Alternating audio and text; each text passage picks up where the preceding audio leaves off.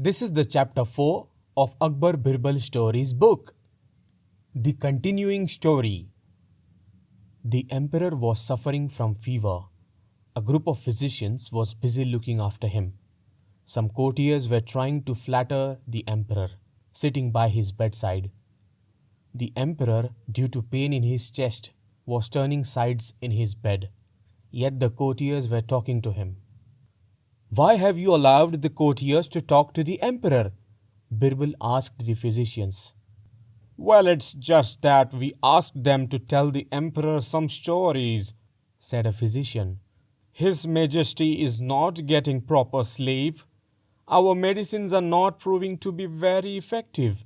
So, in order to regale him with some interesting stories, we have allowed the courtiers to talk to him." "But I am constrained to tell you that they are not telling him stories. They are only flattering him," said Birbal. "They are telling him how strong and handsome he is.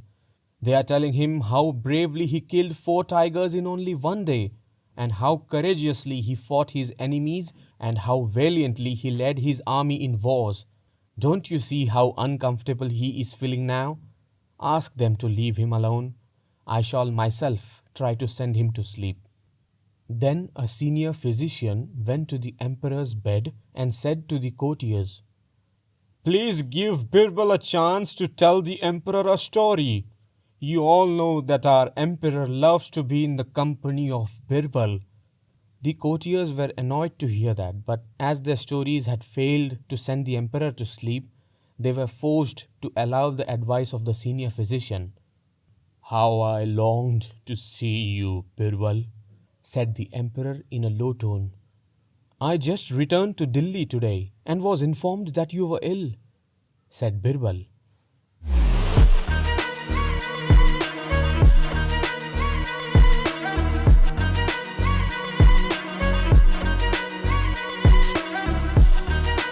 "The physicians are confident that you will be all right within a couple of days.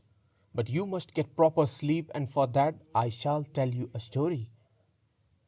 "My courtiers were trying to send me to sleep by telling stories, but I could not get to sleep," said the emperor.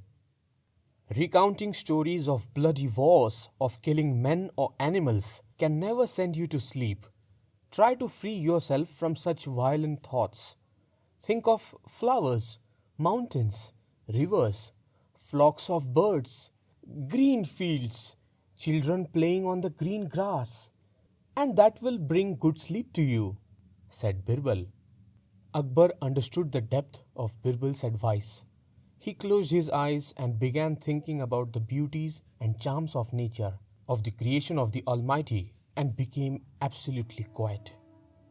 After some time, the emperor yawned and said, "Oh, now I am feeling sleepy." "Good," said Birbal. "Now I tell you a story. One day, a flock of birds was flying in the sky. The birds were in search of food. As they could not find any food nearby, they flew ahead and reached near a village. There the birds found plenty of grains kept in several big baskets with no lids over them. The farmers had removed the lids of the baskets to dry the grains in the sun.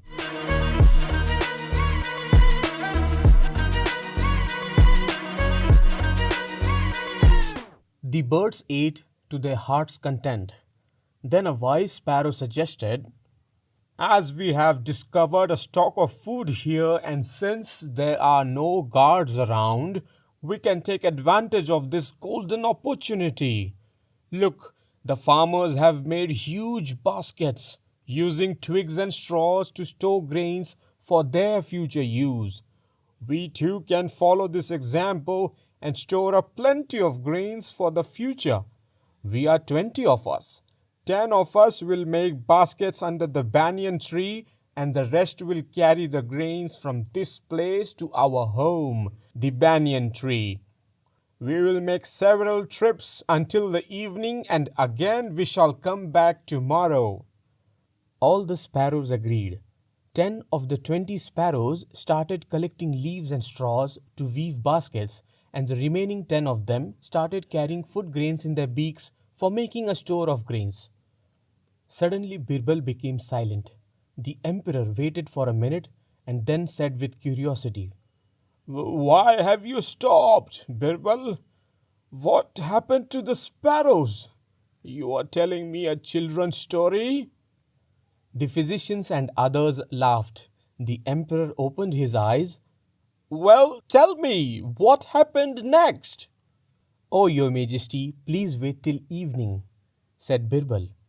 The sparrows are 1, 2, 3, 4, 5, still collecting grains and taking it to their home in the banyan tree. The sparrows are picking up grains in their beaks, flying off and returning again and again and again. The other sparrows are busy weaving baskets in the banyan tree. Oh, I'm feeling drowsy now, said the emperor. Soon he began to snore. The physicians then heaved a sigh of relief and thanked Birbal for his efforts.